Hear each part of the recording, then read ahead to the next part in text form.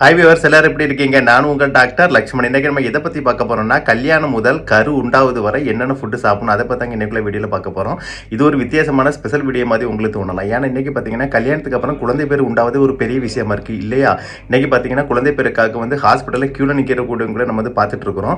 So அந்த மாதிரி நிலைகள் எதனால் வருது, அதை கம்ப்ளீட்டாக எப்படி அவாய்ட் பண்ணலாம் அப்படி தாங்க இதை பற்றி வீடியோவில் பார்க்க போகிறோம். இன்னைக்கு பழைய காலத்தில் பார்த்தீங்கன்னா குழந்தை பேர் ஒரு விஷயமே கிடையாதுங்க. குழந்தை பேர் என்பது கல்யாணத்துக்கு அப்புறம் தானாகவே வந்துட்டு இருந்து இல்லையா? ஆனால் இன்னைக்கு அப்படி இல்லை. குழந்தை பேர் வருவதே பெரிய விஷயமா இருக்குது. நம்ம ஹாஸ்பிட்டல் போகாமல் குழந்தை பேர் வரவே முடியாது இல்லையா? ஹாஸ்பிட்டல் போய் கரெக்டான ட்ரீட்மெண்ட் ஆரம்ப ஸ்டேஜ்லேயே ஃபாலோ பண்ணால் தான் குழந்தை பேர் உண்டாவது ஒரு நிச்சயமாக இருக்கக்கூடிய சூழ்நிலை உண்டாயிருக்கு இல்லையா?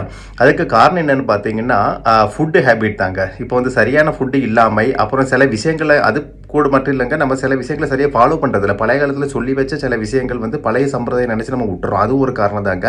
அது என்னென்ன விஷயம்னு பார்க்கலாம். இப்போ நம்ம ஃபுட்டுக்கு போக முன்னாடி ஒரு முக்கியமான விஷயத்தை நான் ஷேர் பண்ண விரும்புகிறேங்க.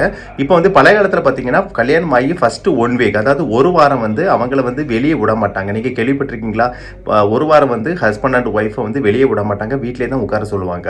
அதுக்கு காரணம் என்னன்னு பார்த்தீங்கன்னா, அந்த ஒரு வாரத்தில் இந்த விந்தணுக்கள் கருமுட்டையுடன் சேரக்கூடிய காலகட்டம். அப்போ இந்த நேரத்தில் நம்ம ஸ்ட்ரெஸ் ஸ்ட்ரெயின் பண்ணக்கூடாது. அது சரியான ஃபங்க்ஷன் ஆகாது. அப்புறம் ஓகேவா?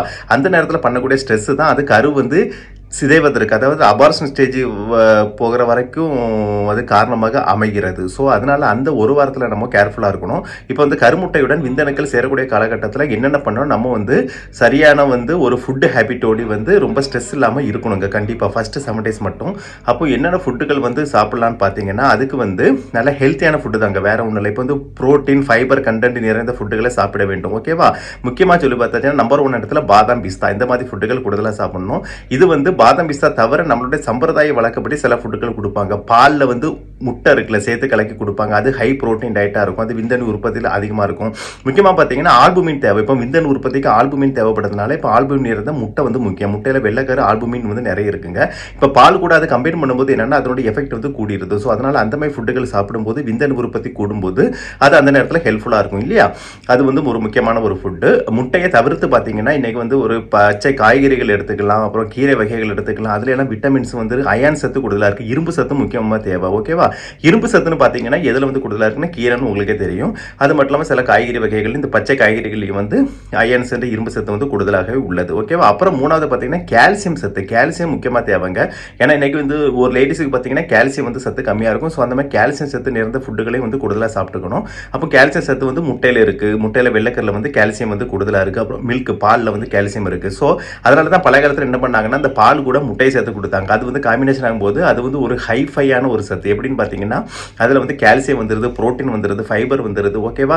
எல்லா சத்துக்களும் சேர்ந்தே வந்துடுறதால அதை ஒரு மெயின் ஃபுட்டாக கொடுத்தாங்க. அப்புறம் அரிசி வகைகளை நான் ஏற்கனவே முன்னாடி வீடியோ சொல்லியிருக்கேன். இந்த மாப்பிளை சம்பா அது ஒரு முக்கியமான இதுனா விட்டமின்ஸ் இருக்குது, அப்புறம் ஃபைபர் சத்துக்கள் இருந்து காணப்படுகிறது. ஸோ அதனால் அந்த அரிசி முடிஞ்சால் சாப்பிடுங்க. முடிஞ்சால் என்ன, இன்னைக்கு கிடைக்குது இல்லை, வாங்கி சாப்பிடுங்க, ஒன்றும் பிரச்சனை கிடையாது. ஓகேவா? ஸோ இந்த சாப்பாடு முறையுடன் அப்புறம் இந்த ஃபஸ்ட்டு 1 வீக் இருக்கு இல்லையா, அந்த 1 வீக்கில் நீங்கள் ரொம்ப ஸ்ட்ரெஸ் பண்ணாதீங்க. ஆனால் இன்றைக்கி அப்படி இல்லை. ஒரு மாடர்ன் லைஃப் ஸ்டைல்னு சொல்லிட்டு கல்யாணத்துக்கு மறுநாளே வெளியே போகிறது, இங்கே போகிறது, அங்கே போகிறதுன்னு பண்ணிட்டு இருக்கிறோம். நமக்கு விஷயம் தெரியாமல் பண்ணிட்டு இருக்கிறோம். பின்னாடி தான் அதனுடைய எஃபெக்டே தெரிய வரும் இல்லையா? இது எங்கே ஸ்டார்ட் ஆகுது இது தெரியுமாங்க? பெண்கள் வயதுக்கு வரும்போது ஸ்டார்ட் ஆகுது. அந்த நேரத்தில் நான் ஏற்கனவே ஒரு வீடியோவில் சொல்லியிருக்கேன், இந்த உளுந்தங்களிலாம் கொடுக்கணும்னு. அது சாப்பிடாம அந்த கற்பப்பை ஏற்கனவே வீக்காக வச்சுக்கிறது. 2வது விஷயம், கல்யாணத்துக்கு அப்புறம் அங்கே இங்கேன்னு இது சொந்தக்காரங்க வீட்டுக்கு போகிறேன், அந்த வீட்டுக்கு போகிறேன், இந்த வீட்டுக்கு போகிறேன்னு போகிறது. இந்த 2 தப்பான விஷயத்தால தான் சைகோடு ஃபார்மேஷன் ஆகுதுல, கரு சரியாக வளராமல் அபார்ஷனோ இல்லைன்னா கரு ஃபார்மேஷன் ஆகாமல் இருக்கிறதுக்கு காரணம். இந்த 2 விஷயத்தையும் அவாய்ட் பண்ணாலே போதுங்க. மறுவீடுன்னு சொல்லுவாங்க, அது கூப்பிடுவாங்களே, அது அப்படிலாம் பழைய காலத்தில் அந்த மெத்தேடு கிடையாதுங்க. இதெல்லாம் இடைக்காலத்தில் வந்தது. பழைய காலத்தில் ஃபஸ்ட்டு 1 வீக்கு எங்கேயும் விடுறதில்லை. அதுக்கப்புறம் தான் ரொம்ப நாள் கழிச்சு தான் போவாங்க. காரணம் என்னன்னா அன்னைக்கு பஸ் இதெல்லாம் கிடையாது. காரணம் அன்னைக்கு வண்டி மாடு கட்டி தான் போகணும். அப்போ அவங்களுக்கு தெரியும் ஃபர்ஸ்ட் ஒரு வாரம் ஸ்ட்ரெஸ் பண்ணக்கூடாது, இந்த நேரத்தில் வண்டி மாடு கட்டி லாங்காக போகக்கூடாதுன்னு அவங்களுக்கு தெரியும். ஓகேவா? அதனால பழைய காலத்தில் இந்த சம்பிரதாயமே கிடையாது. இடையில தான் கல்யாணத்துக்கு அப்புறம் மறுநாள் இருந்து ஒவ்வொரு வீடாக ஒரு மறு வீடு போகிற பழக்கம் ஸ்டார்ட் ஆச்சு. ஸோ அதுதான் நமக்கு ஆபத்து. ஓகேவா? அது புரிஞ்சுக்கணும். ஸோ நீங்கள் பார்த்தீங்கன்னா இந்த கல்யாணத்துக்கு அப்புறம் ஃபர்ஸ்ட் 1 வீக் நான் சொன்ன இந்த ஃபுட்டுகளையும் சாப்பிட்டுக்கிட்டு ரொம்ப ஸ்ட்ரெஸ் அண்ட் ஸ்ட்ரெயின் பண்ணாமல் இருந்தீங்கனாலே சைகோட் ஓரளவு ஃபார்மேஷன் ஆகுதுக்கு அது ஸ்டார்ட் ஆயிரும். அப்புறம் கொஞ்சம் கொஞ்சம் அங்கங்க நீங்க போய்க்கலாம், ஒன்றும் தப்பு கிடையாது. அப்புறம் 3வது மாசம் சைகோட் ஃபார்ம் ஆன பின்னாடியும் ரொம்ப 3ஆம் மாசம் இல்லை, 2வது மாதத்துலேயே இது ஸ்டார்ட் ஆயிருது இல்லையா? இப்போ அந்த நேரத்தில் கொஞ்சம் ஸ்ட்ரெயினும் பண்ணாமல் இருந்தால் ரொம்ப வந்து நல்லது. இது எதுக்கு சொல்கிறேன்னா, இந்த அளவு மைனூட்டாக இன்றைக்கி பார்க்க வேண்டியது இருக்குங்க. ஏன்னா இன்றைக்கி வந்து பல பேருக்கு வந்து கரு வந்து ஃபார்ம் ஆவதே கஷ்டமாக இருக்குது. அது ஃபார்ம் ஆனாலும் கரெக்டாக ஃபார்ம் ஆகுது கஷ்டமாக இருக்குது இல்லையா? அதனால தான் நான் சொல்லிட்டு இருக்கேன், இது வந்து கரெக்டாக ஃபாலோ பண்ணுங்கன்னு. சரி, இப்போ ஃபுட்டை பார்க்கலாம். இப்போ முக்கியமாக வந்து பெண்கள் சாப்பிட வேண்டிய ஃபுட் என்னென்னா, ஃபோலிக் ஆசிட் கூடுதல் வந்து நிறைந்த ஃபுட்டுகளை வந்து சாப்பிடணும். ஓகேவா? அப்புறம் வந்து கால்சியம், அப்புறம் வந்து விட்டமின்ஸ் எல்லாமே சேர்த்து காம்பினேஷன் ஆஃப் ஃபுட்டு தாங்க, வேற ஒன்றுமே கிடையாது. இன்னைக்கு பார்த்தீங்கன்னா காய்கறிகளில் தான் மேக்ஸிமம் இருக்குது. நீங்கள் நிறைய காய்கறி சாப்பிடுங்க. ஓகேவா? இன்னைக்கு ஃபோலிக் ஆசிட் ஃபுட்டா எல்லாமே கிடைக்கணும்னா காய்கறிகள் தான். அதனால என்னென்ன காய்கறிகள் உண்டோ விதவிதமாக சாப்பிடுங்க. இந்த டைமில் சாப்பிடலன்னா எந்த டைம்லங்க சாப்பிட போறீங்க? கல்யாணத்துக்கு அப்புறம் இருந்து குழந்தை பிறக்கிறது வரைக்கும் நல்ல ஃபுட்டாக சாப்பிட்டீங்கன்னா அப்புறம் பிரச்சனை இல்லை. அப்புறம் உங்கள் இஷ்டத்துக்கு வந்து என்ன சாப்பிட்டுக்கோங்க. சொல்கிறேன், அப்புறமும் இருக்கு உடல் பருமன் ஆகாமல் இருக்கிறதுக்கு என்னென்ன சாப்பிடணும், அதுக்கு என்னோட வீடியோ இருக்கு, ஒன்றும் பிரச்சனை இல்லை. ஓகேவா? ஸோ அதனால வந்து நீங்கள் இந்த டைமில் கேர் எடுத்து சாப்பிட்டு தான் ஆகணும், வேற வழி கிடையாது. இதுவும் ட்ரீட்மெண்ட் தான். ஹாஸ்பிட்டல் மட்டும் போறீங்கல்ல ட்ரீட்மெண்ட்டுக்கு, அப்போ இங்கேருந்து ட்ரீட்மெண்ட் ஸ்டார்ட் பண்ண வேண்டியது. இதை ஸ்டார்ட் பண்ணீங்கன்னா அந்த ட்ரீட்மெண்ட் உங்களுக்கு கம்மியாயிரும்ல, உங்களுக்கு வந்து பணம் விரயமாகுதும் கம்மியாயிரும். ஓகேவா? அதுக்கு தான் சொல்லிட்டு இருக்கேன். ஸோ அப்போ இந்த கல்யாணத்துக்கு அப்புறம் நீங்கள் மெயினாக ஃபாலோ பண்ண வேண்டியது இந்த ஃபோலிக் ஆசிட் எல்லாமே நிறைந்த அந்த பச்சை காய்கறிகள் தாங்க. அதில் தான் கூடுதலாக இருக்கு. அப்புறம் இதை விட நம்பர் 1 ஒரு இடம் இருக்கு, அது வந்து ஃப்ரூட்ஸுக்கு சொல்லலாம். ஏன்னு கேட்டாச்சுன்னா, ஃப்ரூட்ஸுக்கு மிஞ்சினது ஒன்றும் இல்லை. ஏற்கனவே ஒரு வீடியோவில் சொல்லியிருக்கிறேன், ஃபர்ஸ்ட் லைன் ஃபுட்டில் ஃப்ரூட்ஸ் தாங்க வரும். இப்போ எல்லா வகையான ஃப்ரூட்ஸும் சாப்பிடுங்க, ஆனால் கேர் எடுங்க. எது சாப்பிடக்கூடாதுன்னு சொல்லியிருக்கேன் இன்னொரு வீடியோவில், அன்னாச்சி பழமும் பப்பாயா, அந்த 2 சாப்பிடாதீங்க. அது சைகோட் ஃபார்மேஷன் உண்டாவதுக்கு ஆப்போசிட்டாக உள்ளது. அது வந்து ஒரு 6வது மாதத்துக்கு மேலே சாப்பிட்டுக்கோங்க. என்னோட இன்னொரு வீடியோவில் சொல்லியிருக்கிறேன், இந்த எந்தென்ன ஃபுட்டு சாப்பிடணும், அந்த கரு ஃபார்மேஷன் ஆகும்போதெல்லாம் என்னென்ன ஃபுட்டு சாப்பிடணும் சாப்பிடக்கூடாதுன்னு அந்த வீடியோ வேணால் ஒரு தடவை போய் பார்த்துக்கோங்க. ஓகேவா? அதில் க்ளீனாக எல்லாமே இருக்குது. அந்த மாதிரி ஃபுட்டுகளை கூட நீங்கள் ஃபாலோ பண்ணிக்கோங்க. நம்ம சிம்பிளாக நான் சொல்கிறது அந்த மாதிரி ஃப்ரூட்ஸ் விஷயங்களில் மட்டும்தான் அந்த மாதிரி ஃபுட்டுக்கு சாப்பிடக்கூடாதுன்னு இருக்குது. மற்ற ஃபுட்லாம் பிரச்சனை இல்லை. ஆனால் இதில் வந்து இந்த கார்போஹைட்ரேட் கொழுப்பு ஐட்டங்களை கொஞ்சம் ஸ்டாப் பண்ணிடுங்க. ஏன்னா கேட்டாச்சுன்னா சிலவங்க நான் ஏற்கனவே சொல்லியிருக்கிறேன், குழந்தை வெயிட்டாக பிறக்கணும்னு வந்து இந்த கார்போஹைட்ரேட்டும் இந்த ஃபேட் ஐட்டமும் கூடுதலாக சாப்பிடுவாங்க. பதிலாக புரோட்டீன் சாப்பிட்டாலே குழந்தை வெயிட்டாக தாங்க பிறக்கும். அதனால் அதை பற்றி நீங்கள் கவலை கொள்ள வேண்டிய அவசியமே இல்லை. ஸோ அதனால் வந்து இந்த மாதிரி வந்து ஃப்ரூட்ஸ் ஐட்டங்களில் அன்னாச்சி பழம் பப்பாளியும் தவிர்த்து பாக்கி எல்லாமே சாப்பிட்டுக்கலாம். அப்புறம் காய்கறிகள் எல்லாமே சாப்பிட்டுக்கலாம், ஒன்றுமே பிரச்சனை இல்லை. சிலவங்களுக்கு அலர்ஜி இருக்கும் சில காய்கறிகள், அது உங்களுக்கே தெரியும். அதை மட்டும் அவாய்ட் பண்ணிட்டு பாக்கி எல்லாமே சாப்பிடுங்க. அப்புறம் வந்து நான்வெஜ்னு எடுத்துக்கிட்டா மீன், முட்டை எல்லாமே சாப்பிடுங்க.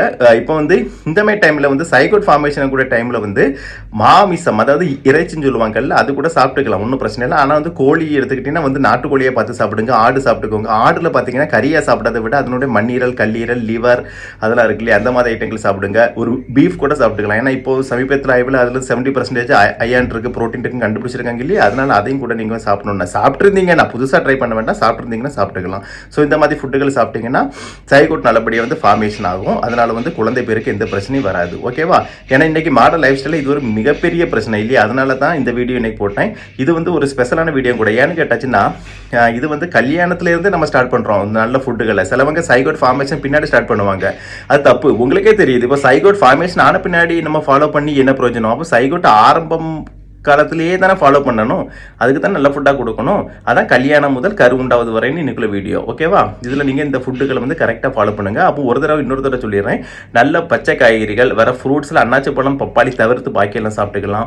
அப்புறம் பார்த்தீங்கன்னா நல்ல ஒரு ஃபைபர் ரிச் நிறைந்த இதெல்லாம் சாப்பிட்டுக்கலாம். அப்புறம் நான்வெஜ் எடுத்திங்கன்னா முட்டை, வெள்ளைக்கறி சாப்பிட்டுக்கலாம், கோழி, நாட்டுக்கோழி சாப்பிட்டுக்கலாம், ஆடு கறியை தவிர பாக்கி எல்லாமே சாப்பிட்டுக்கலாம், பீஃப் சாப்பிட்டுக்கலாம். ஸோ ஓகேவா? மீன் சாப்பிட்டுக்கலாம். ஸோ இந்த மாதிரி நல்ல ஒரு ஹெல்த்தியான ஸ்ட்ரெங்தன் படுத்தக்கூடியது. ஏன்னா நமக்கே தெரியும் பேசிக்காக உடம்ப ஸ்ட்ராங் ஆகக்கூடிய ஃபுட் என்னென்ன, அதெல்லாம் சாப்பிட்டீங்கன்னா கருவும் ஸ்ட்ராங் ஆகும் இல்லையா? அவன் கருவும் ஸ்ட்ராங்கான நம்ம குழந்தை ஆரோக்கியமாகவும் அழகாகவும் பிறக்கும் இல்லையா?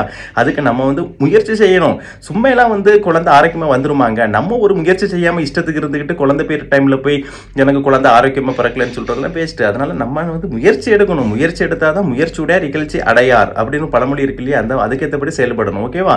ஸோ இந்த மாதிரி ஃபுட்டுகளை வந்து சாப்பிட்டு நீங்கள் ஆரோக்கியமாக இருப்பது மட்டுமல்ல, பிறகின்ற குழந்தையும் ஆரோக்கியமாக வர வேண்டும். அப்படி வர என்னுடைய அட்வான்ஸ் வாழ்த்துக்கள். இதுவரைக்கும் என்னோட சேனலை சப்ஸ்கிரைப் செய்யலாம், சப்ஸ்கிரைப் செய்யணும். உங்கள் ஃப்ரெண்ட்ஸ் அண்ட் ரிலேட்டிவ்க்கும் ஷேர் பண்ணுங்கள். அப்போ தான் அவங்களும் பார்த்து பயனடைவார்கள். மீண்டும் அடுத்த வீடியோவில் சந்திப்போம். பாய்.